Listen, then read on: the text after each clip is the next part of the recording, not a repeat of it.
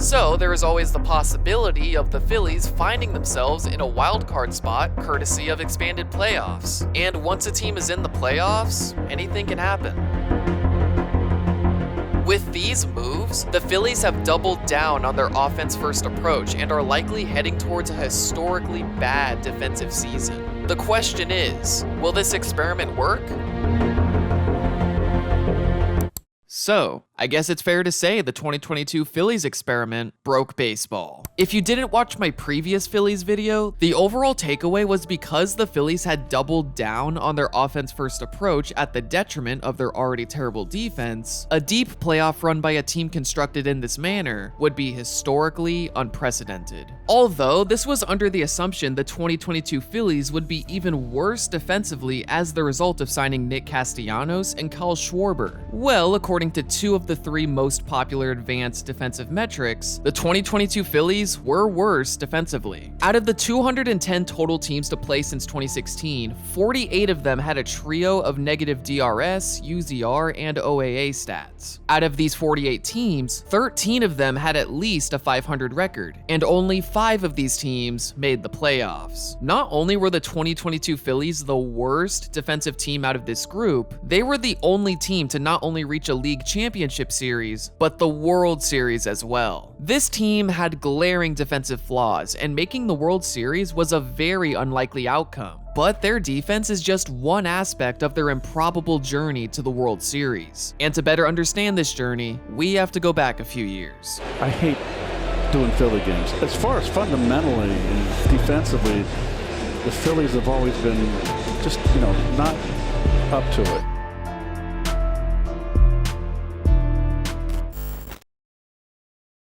Bryce Harper, now a member of the Phillies, agreeing to a 13-year, $330 million deal. Ahead of the 2019 season, Bryce Harper signed a 13-year deal with the Phillies, with the expectation that he would become the leader of this team's next World Series championship run. Also, just a month prior, they traded for All-Star catcher JT Realmuto. These two, along with first baseman Rhys Hoskins, trade acquisition Gene Segura, and top 75 prospect third baseman Alec Boehm, laid the foundation for a future playoff caliber core. Then, ahead of the 2020 season, to pair with staff ace Aaron Nola, the Phillies signed Zach Wheeler to a 5-year deal, a duo that played very well in 2020. Then in 2021, a new front office regime came in, Dave Dombrowski as the president of baseball operations and Sam Fuld as the general manager. 2021 was this regime's first year to gauge the franchise's direction, with Harper winning the NL MVP and Wheeler finishing second in NL Cy Young voting. This 2021 team had a foundation similar to one of Dombrowski's old teams, the 2013 Tigers, a team that featured MVP Miguel Cabrera and Cy Young Max Scherzer. Oh, and they were also terrible defensively. However, the 2013 Tigers rotation was much deeper, and both their hitting and pitching cores were among the best in baseball. A much different story compared to the 2021 Phillies. So, what was the plan? Well, this was Dombrowski's offseason wish list: a center fielder, left fielder, leadoff man, a closer, and possibly a shortstop.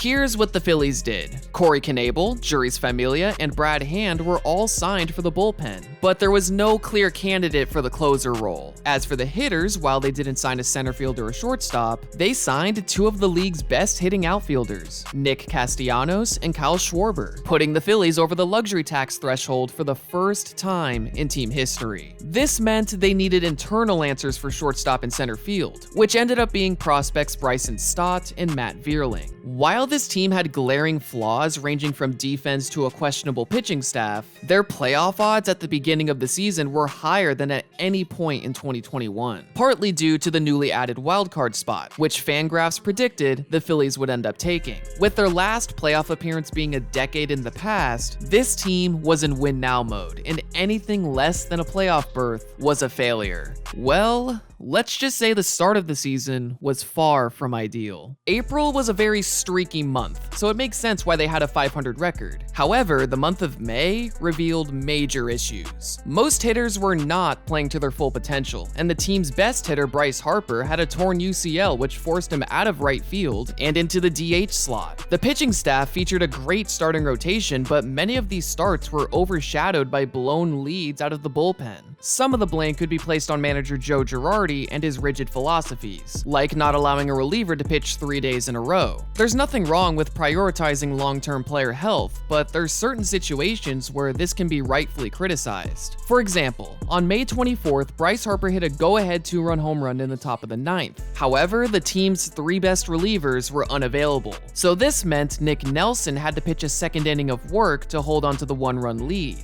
Ultimately, the Braves rallied and won the game. However, this is just one example. On May 21st, the Phillies were leading 4-1 against the Dodgers and gave up 6 unanswered runs, 3 of them in the 8th and 9th innings. A similar situation occurred on May 15th, except this time the Phillies lost on a walk-off double. However, the worst loss was on May 5th against the Mets. The Phillies had a 6-run lead heading into the 9th inning, and they still lost the game. This ended a league trend of 857 consecutive losses in which a team is trailing by 6 or more runs in the 9th inning. The final straw came in a series against the Giants where the Phillies lost 2 extra inning games in a row, ending May with a record of 21-29. This team was in disarray, and the Phillies front office had seen enough. On June 3rd, manager Joe Girardi was fired and bench coach Rob Thompson took over. Still, how much could this actually change the Phillies season? Considering how much money had been spent, there wasn't much wiggle room to alter how this team was constructed. And if the situation couldn't get any more dire, Jean Segura, one of the team's better hitters and defenders, broke a finger in the last game of May, sidelining him for 10 to 12 weeks. However, even with all of this in mind, there was some reason to believe this team could turn it around. Even though some hitters weren't playing to their full potential, the team had great predictive stats like hard hit rate, barrel rate, and line drive rate. But it was suspected that the newly deadened baseball and the humidor effect was significantly affecting their offense. According to ESPN's Park Factors, at the end of May, the normally hitter-friendly Citizens Bank Park ranked last in run scoring effect and second to last in hit effect. Although MLB told teams that as the weather warms up in the summer, offense was expected to increase. This team was built to outscore their opponents in order to mask their weaknesses. So considering the Phillies nearly swept the Dodgers in LA, a city with a warm spring climate, summer couldn't come soon enough.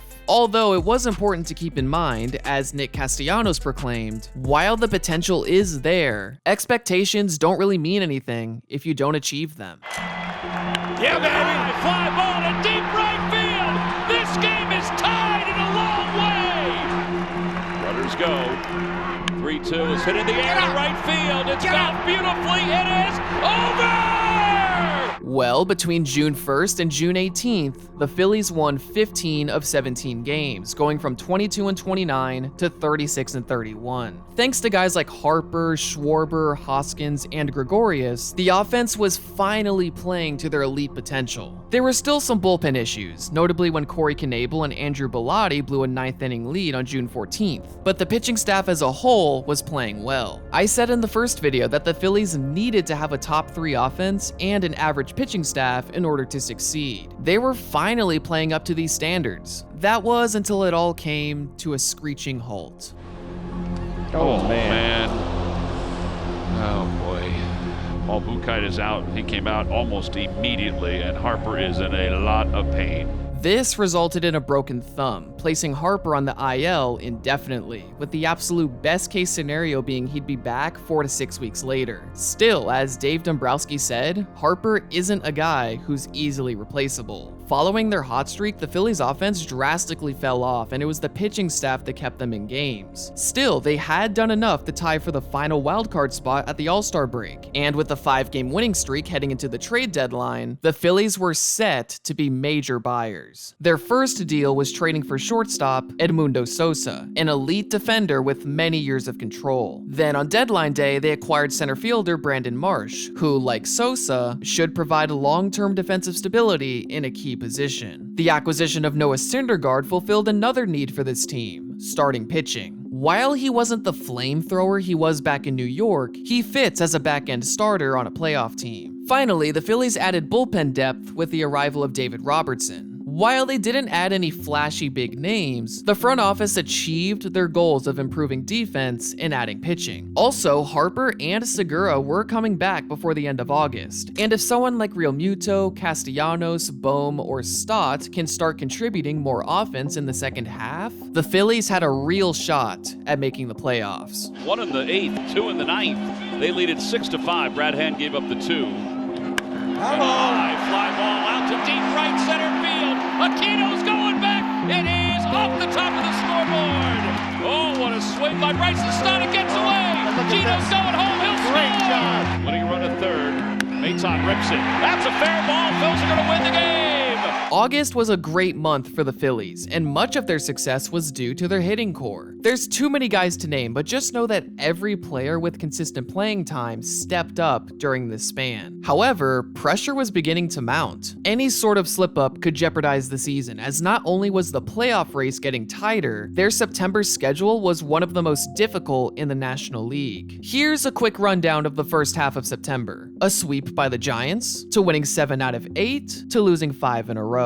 The Phillies needed to find some form of consistency to outlast the Brewers, but following a sweep to the Cubs, the Phillies were approaching collapse territory. So the final week of games would not only define the Phillies' entire season, but the validity of their crazy experiment. Well, in the end, the experiment worked.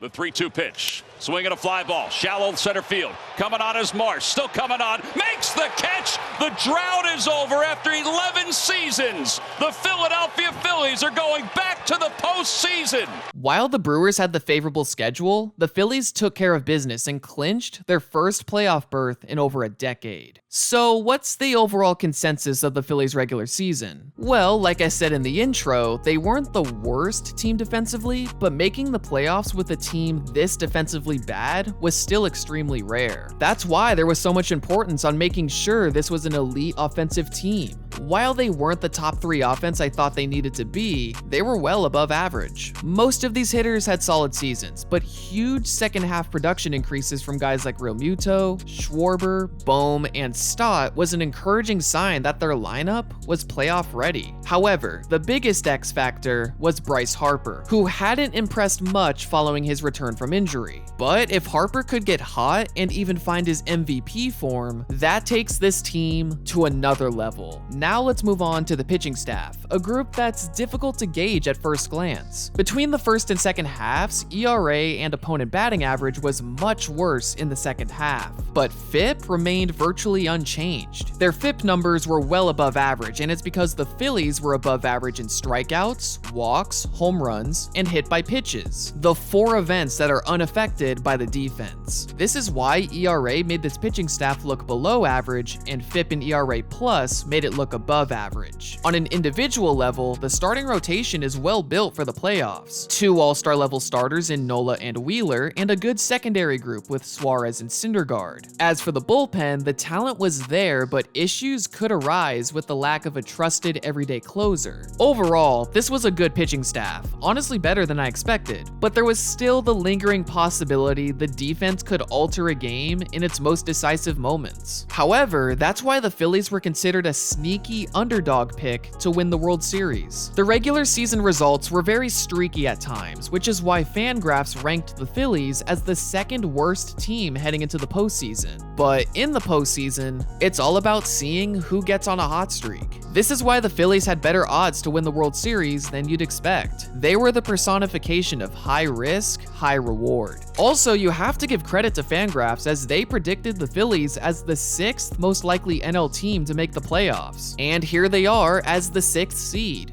While they were a 3rd place team, much of the Phillies' success came following June 1st. They were on par with teams like the Mets and Cardinals, with the latter being the Phillies' wildcard opponents. While the Cardinals had a team of of destiny feel to them because of Pujols, Molina, and Wainwright, anything can happen in a 3-game series, especially with a team as streaky as the Phillies. And if there was a perfect example to illustrate this streakiness, it was the 9th inning of Game 1. Bases are loaded. How about this for drama? The 1-1. Hit him. That'll force in a run. Punched out. And past the diving Edman into right field. And the Phillies have come all the way back. Ground ball and a nice stab by Goldschmidt. He's coming home. And he's safe. Chop. Left side. And past Arenado. And into left field. Here's the throw. He's in there.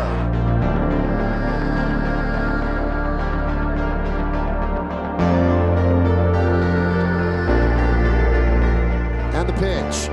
Swing and a miss. And that'll do it.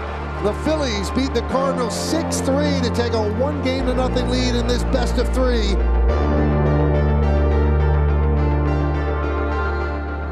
That one's driven deep to right field. There it goes. See ya. Will Sosa get there? Yes, he will. And the Phillies hold on. And they will meet the Atlanta Braves in the National League Division Series. The storybook season had ended for the Cardinals, but it was just getting started for the Phillies. Now it was time to face the NL East division winners, the Atlanta Braves. The overall goal of this Braves team was not only to repeat as champions, it was to create a dynasty. And all they had to do was beat their 87-win division rivals. Should be easy, right?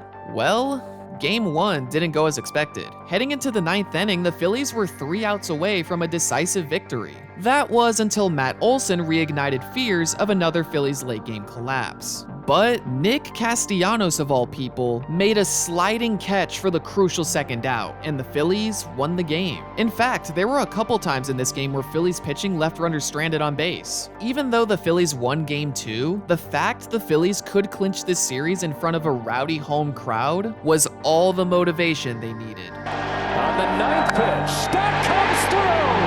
The Phillies take the lead. Fastball hit to left. It is long gone.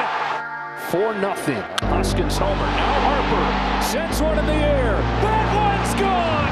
This place explodes.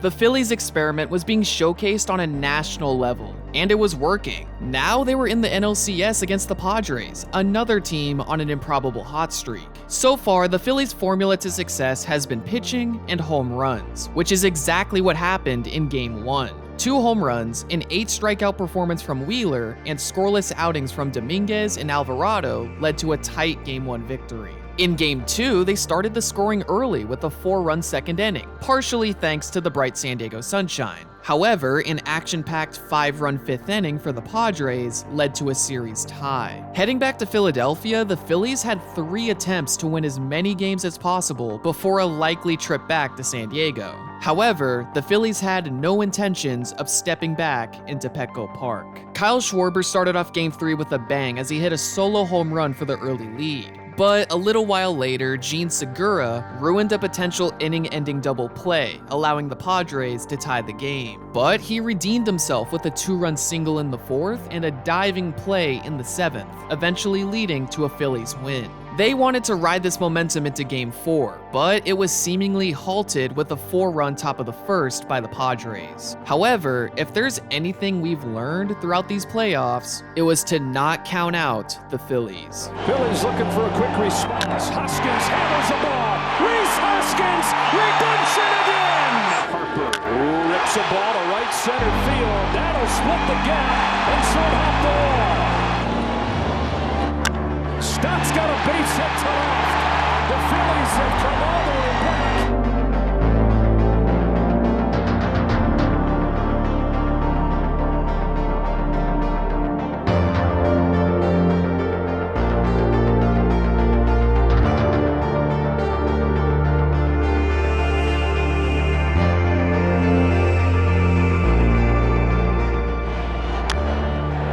bullpen has locked things down beyond there, and would you believe it, the Philadelphia Phillies are a win away from a National League pennant.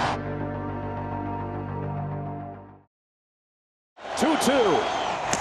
It's another wild pitch, and Azócar scores the go-ahead run. Padres 3, Phillies 2. You don't think when Bryce Harper signed that mega deal to come here, he had visions of having a huge hit to send his team to the World Series? On the 7th pitch, Harper.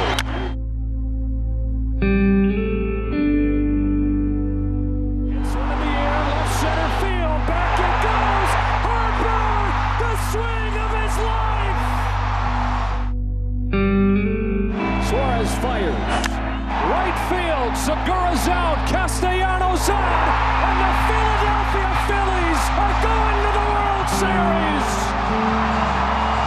With their first World Series appearance since 2009, the Phillies had broken baseball. With big moment after big moment, there were comparisons to the 2019 Nationals and 2021 Braves, and like those two teams, the Phillies had to face the Houston Astros in the World Series. The Astros were one of the preseason World Series favorites, and they were undefeated in the postseason. But this didn't last much longer as the Phillies outlasted the Astros in a 10-inning showdown in Game 1. However, they didn't just outlast them. They came back from a 5-0 deficit against Justin Verlander, the AL Cy Young winner. Then in the top of the 9th, like Game 1 in the NLDS, Nick Castellanos was the unlikely defensive hero, leading to a JT Realmuto go-ahead home run. While it got a bit scary in the bottom of the 10th, the Phillies ultimately prevailed. However, the following day, the Phillies' bats went cold, which meant the series was tied heading back to Philly. Although if you're sensing a bit of deja vu, that's because this is the exact scenario the Phillies found themselves in during the NLCS. They won Game 1, lost Game 2, but now they had 3 games in front of their home crowd. And like the NLCS, they won their first game back in Philly, courtesy of 5 home runs. In fact, not only did they shut out the Astros, the Phillies hadn't lost a single postseason game at home throughout the entire playoffs. With only 2 wins left to go, they could really do this. A team designed to break baseball was on a historic run to victory.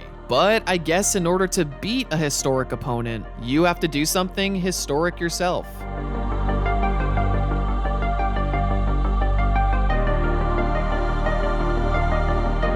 Realmuto.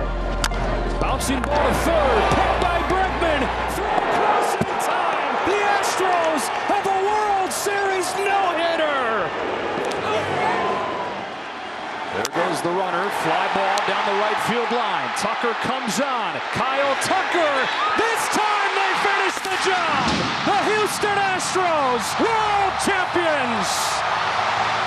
They were right there. They were so close. But in the end, the biggest experiment of the 2022 season had ended in heartbreak. The drastic difference in defensive ability between these two teams was a key reason as to why the Astros came out on top. However, this doesn't mean the 2022 Phillies were a failure. They defied all the odds, all the historical precedents, and made it further than 28 other teams could. It's going to be very interesting to see how the Phillies approach this offseason. They surpassed the luxury tax threshold in 2022, but with how many big-name free agents there will be, they could definitely make a huge signing. No matter what they do, this team has proven they are capable of making a World Series, even through unconventional means. While there's no way of knowing if this brand of baseball is sustainable in the long term, in the end, the Phillies experiment broke baseball, and you can't take that away from them. I hope you guys enjoyed the video. Leave a like if you did, and subscribe for more content just like this. Thanks for watching.